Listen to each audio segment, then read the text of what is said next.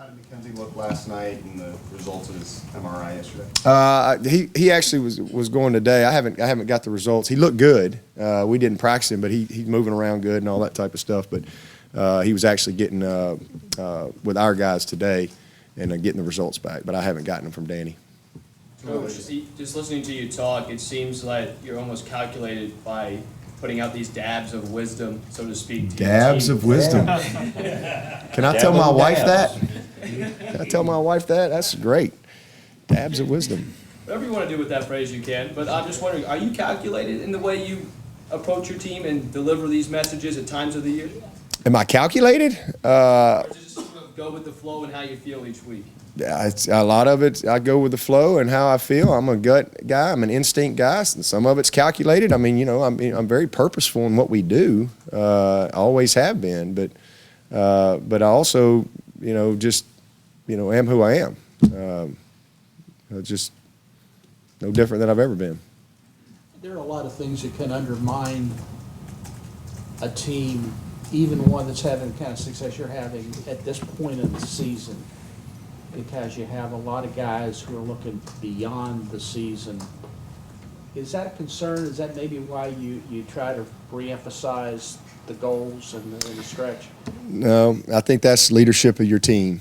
And, you know, you would hope that guys understand that goals beyond Clemson depend on what you do at Clemson. You know, so I've always, you know, gotten a kick out of that. You know, sometimes guys that you know, when the season's over and then they have the mentality of, okay, I'm gonna get committed now. I'm gonna get focused. I'm gonna go get my body right. I'm gonna do this. I'm gonna do that. And I'm like, well, the film's already in. I mean, you know, it's what you put on tape. And why do you have to wait till then to get serious about it? So, you know, I think we got a committed group of guys. There's always challenges. At the end of the day, I mean, there's very few weeks that go by that I don't have to deal with something from a personnel standpoint, because they're people. You know, it's something going on at home. You got guys that, man, everything may look perfect on the outside, but man, they're lost, or they're depressed about something, or something's bothering them, or, you know, I mean, because they're people. They're just like you and me. They have problems in their life. They have problems at home. They have struggles. You know, just because they're a good football player and they're performing well on game day doesn't mean that they don't have issues. And so, you know, there's just always something that you deal with, you know, within 115 guys. Always. There's always a discipline thing, whether it's a guy's getting tardies to class, missed a tutor. You know, that's just always the case. But you know, the leadership of your team and all of that stuff, those are the things that you rely on all year long. And it doesn't change, you know, right now.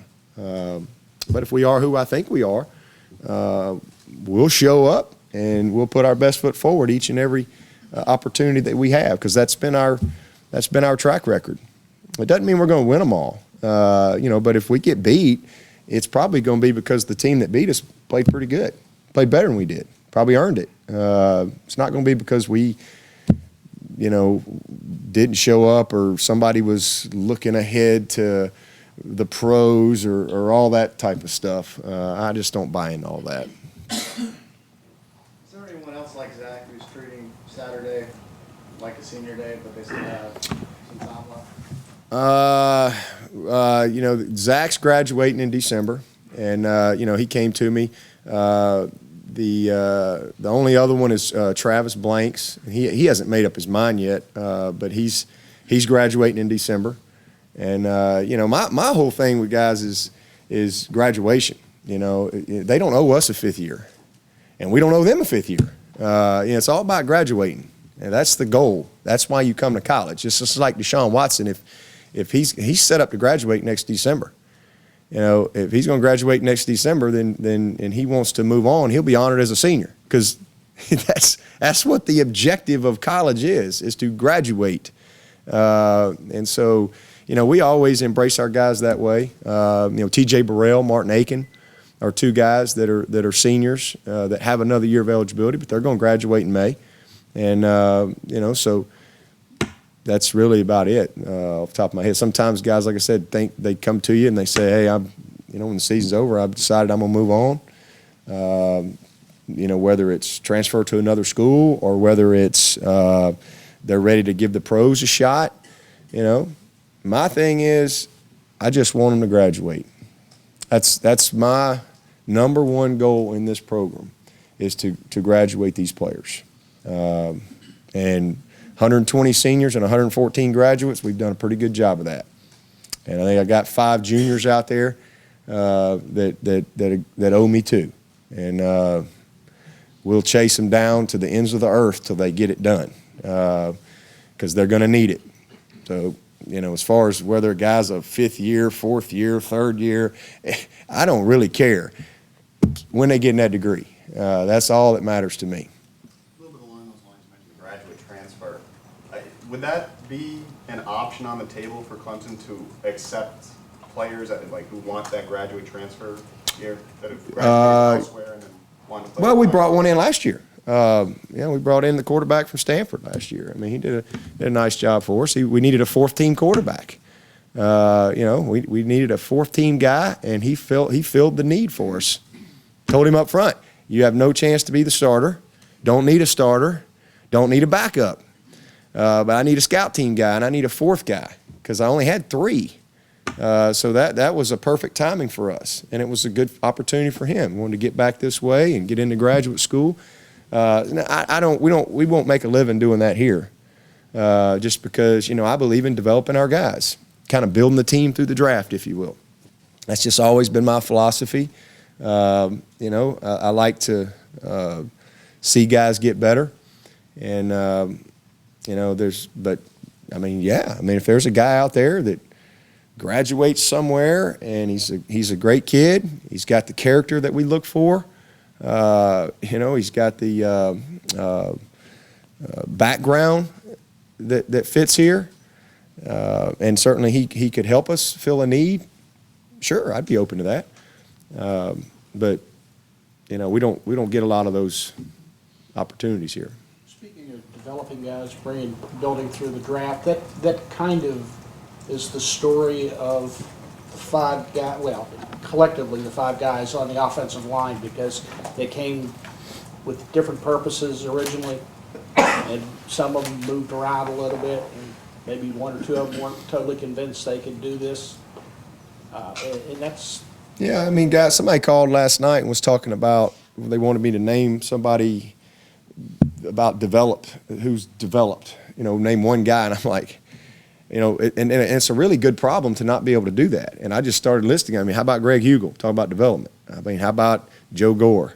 How about all those offensive linemen? How about how Mitch Hyatt's developed? How about Falcinelli? How about Maverick Morris? How about Jordan Leggett?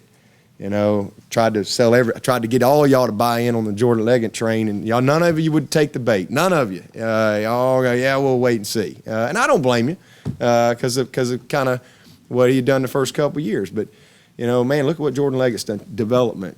He wasn't quite ready for the show as a freshman, wasn't quite ready for the show as a sophomore, but, man, you just kind of hang in there, and guys get better. They grow up. They mature. They get stronger.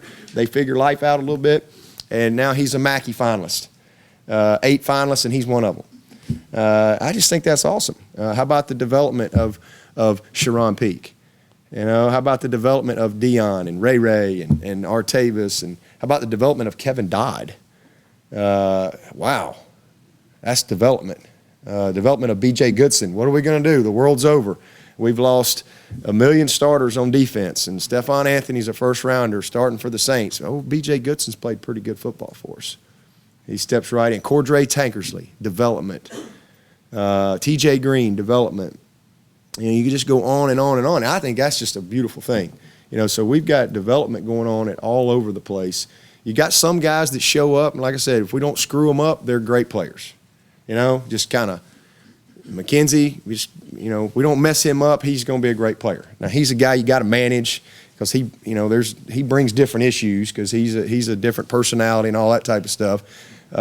Sammy Watkins, man, you just throw him out there, get him going in the right direction, and but there's very few guys like that.